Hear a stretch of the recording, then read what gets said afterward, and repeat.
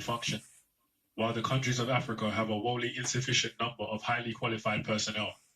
The figures on doctors just given confirm this, and the same problem exists with engineers, technicians, agriculturalists, and even administrators and lawyers in some places. Middle-level skills in fields such as welding are also lacking.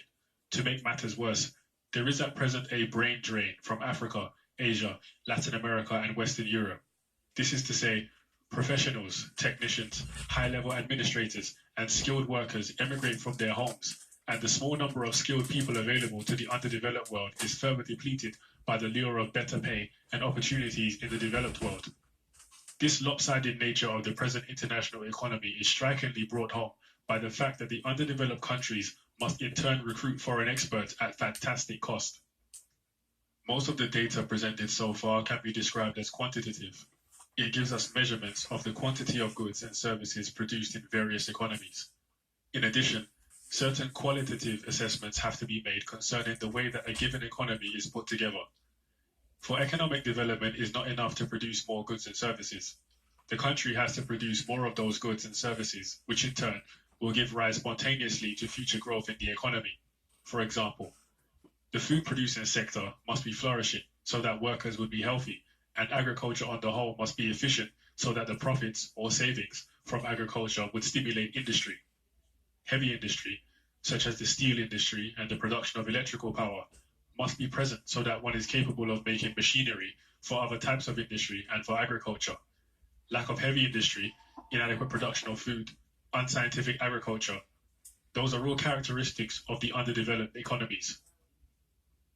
It is typical of underdeveloped economies that they do not, or are not allowed to, concentrate on those sectors of the economy which in turn will generate growth and raise production to a new level altogether. And there are very few ties between one sector and the other, so that, say, agriculture and industry could react beneficially on each other.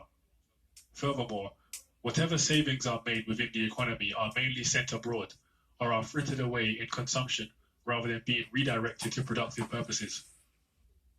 Much of the national income, which remains within the country, goes to pay individuals who are not directly involved in producing wealth, but only in rendering auxiliary services, civil servants, merchants, soldiers, entertainers. What aggravates the situation is that more people are employed in those jobs than are really necessary to give efficient service. And to crown it all, these people do not reinvest in agriculture or industry. They squander the wealth created by the peasants and workers by purchasing cars, whiskey, and perfume. It has been noted with irony that the principal industry of many underdeveloped countries is administration. Not long ago, 60% of the internal revenue of Dahomey went into paying salaries of civil servants and government leaders. The salaries given to the elected politicians are higher than those given to a British member of parliament, and the number of parliamentarians in the underdeveloped African countries is also relatively high. There is one parliamentary representative for every 6,000 inhabitants, compared to one French parliamentary representative for every 100,000 Frenchmen. Many more figures of that sort indicate that in describing a typical underdeveloped economy, it is essential to point out the high disproportion of the locally distributed wealth that goes into the pockets of a privileged few. Members of the privileged groups inside Africa always defend themselves by saying that they pay the taxes which keep the government going. At face value, this statement sounds reasonable, but on close examination, it is really the most absurd argument and shows total ignorance of how the economy functions. Taxes do not produce national wealth and development. Wealth has to be produced out of nature, from tilling the land, or mining metals, or felling trees, or turning raw materials into finished products for human consumption. These things are done by the vast majority of the population, who are peasants and workers. There would be no incomes to tax if the laboring population did not work. The incomes given to civil servants, professionals, merchants, come from the store of wealth produced by the injustices in the distribution of wealth. One has to dismiss the argument that the taxpayers' money is what develops a country. In pursuing the goal of development, one must start with the producers and move on from there to see whether the products of their labor are being rationally utilized to bring greater independence and well-being to the nation. By paying attention to the wealth created by human labor out of nature, one can immediately appreciate that very few underdeveloped countries are lacking in the natural resources which could go into making a better life. And in those cases, it is usually possible for 2 or 3 territories to combine together for their mutual benefit. In fact, it can be shown that the underdeveloped countries are the ones with the greatest wealth of natural resources, and yet the poorest in terms of goods and services presently provided by and for their citizens. The United Nations Survey of Economic Conditions in Africa up to 1964 had this to say about the continent's natural resources. Africa is well endowed with mineral and primary energy resources. With an estimated 9% of the world's population, the region accounts for approximately 28% of the total value of world mineral production and 6% of its crude petroleum output. In recent years, its share of the latter is increasing. Of 16 important metallic and non-metallic minerals, the share of Africa in 10 varies from 22 to 95% of the world production. Actually, African potential is shown to be greater every day with new discoveries in mineral wealth. On the agricultural side, African soil is not as rich as the picture of tropical forests might lead one to believe, but there are other climatic advantages so that with proper irrigation, crops can be grown all the year round in most parts of the continent. The situation is that Africa has not yet come anywhere close to making the most of its natural wealth, and most of the wealth now being produced is not being retained within Africa for the benefit of Africans. Zambia and Congo produce vast quantities of copper, but that is for the benefit of Europe, North America, and Japan.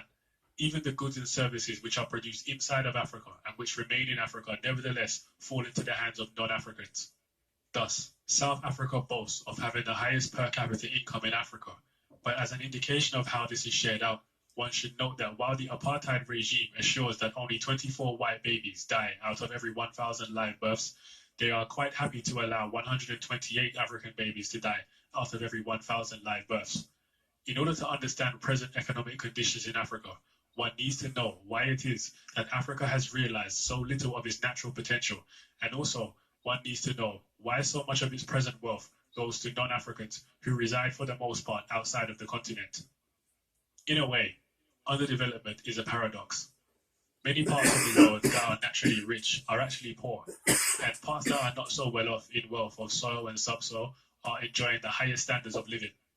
When the capitalists from the developed parts of the world try to explain this paradox, they often make it sound as though there is something God-given about the situation. One bourgeois economist, in a book on development, accepted that the comparative statistics of the world today show a gap that is much larger than it was before. By his own admission, the gap between the developed and the underdeveloped countries has increased by at least 15 to 20 times over the last 150 years. However, the bourgeois economist in question does not give a historical explanation, nor does he consider that there is a relationship of exploitation which allowed capitalist parasites to grow fat and impoverish the dependencies. Instead, he puts forward a biblical explanation. He says, "It is all told in the Bible, unto every one that hath shall be given, and he shall have abundance. But from him that hath not shall be taken away even that which he hath." The story of the have-nots is the story of the modern underdeveloped countries. Presumably, the only comment which one can make on that is Amen. The interpretation that underdevelopment is somehow ordained by God is emphasized because of the racist trend in European scholarship.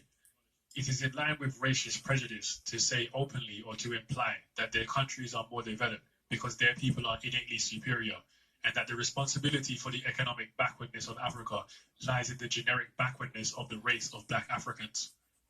An even bigger problem is that the people of Africa and other parts of the colonized world have gone through a cultural and psychological crisis and have accepted, at least partially, the European version of things.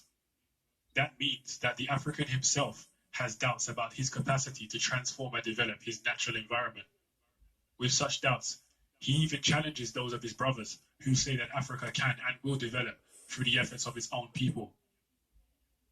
If we can determine when underdevelopment came about, it would dismiss the lingering suspicion that it is racially or otherwise predetermined and that we can do little about it. When the experts from capitalist countries do not give a racist explanation, they nevertheless confuse the issue by giving as causes of underdevelopment the things which are really consequences. For example, they would argue that Africa is in a state of backwardness as a result of lacking skilled personnel to develop. It is true that because of lack of engineers, Africa cannot on its own build more roads, bridges, and hydroelectric stations, but that is not a cause of underdevelopment. except in the sense that causes and effects come together and reinforce each other.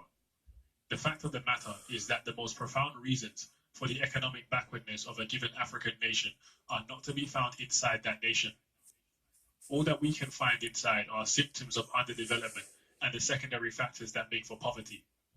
Mistaken interpretations of the causes of underdevelopment usually stem either from prejudiced thinking or from the error of believing that one can learn the answers by looking inside the underdeveloped economy